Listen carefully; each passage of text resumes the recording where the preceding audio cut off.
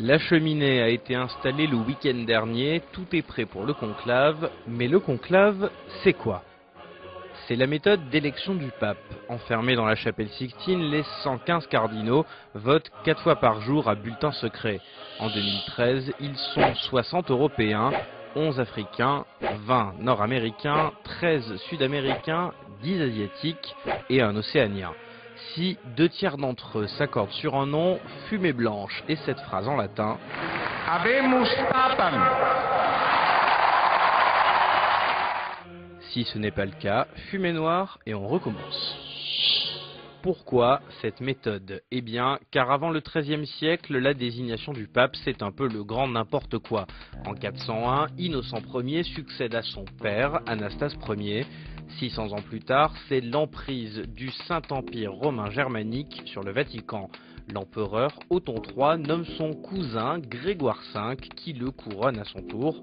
Enfermer les cardinaux dans la chapelle, c'est donc les soustraire à toute pression extérieure, ce qui n'empêchera pas Alexandre Borgia au XVe siècle d'acheter sa propre élection, mais de l'intérieur. Je n'ai que 4 voix, il m'en faut davantage. Il faut que je fasse quelque chose de spectaculaire.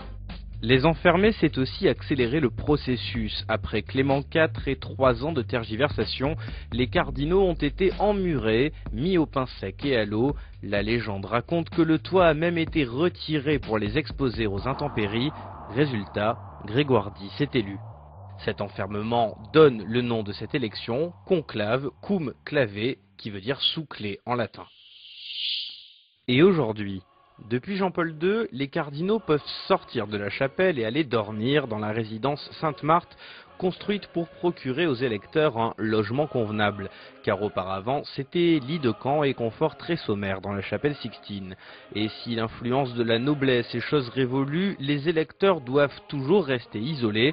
Journaux, télévision, internet ou tout contact extérieur sont strictement interdits et tout cardinal surpris en train de tweeter sera excommunié.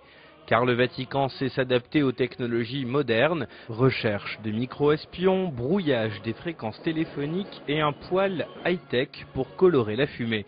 Car la bonne vieille technique de la paille mouillée avec les bulletins brûlés donnant surtout une fumée grise, c'est un poêle électronique contenant des fumigènes qui annoncera le résultat.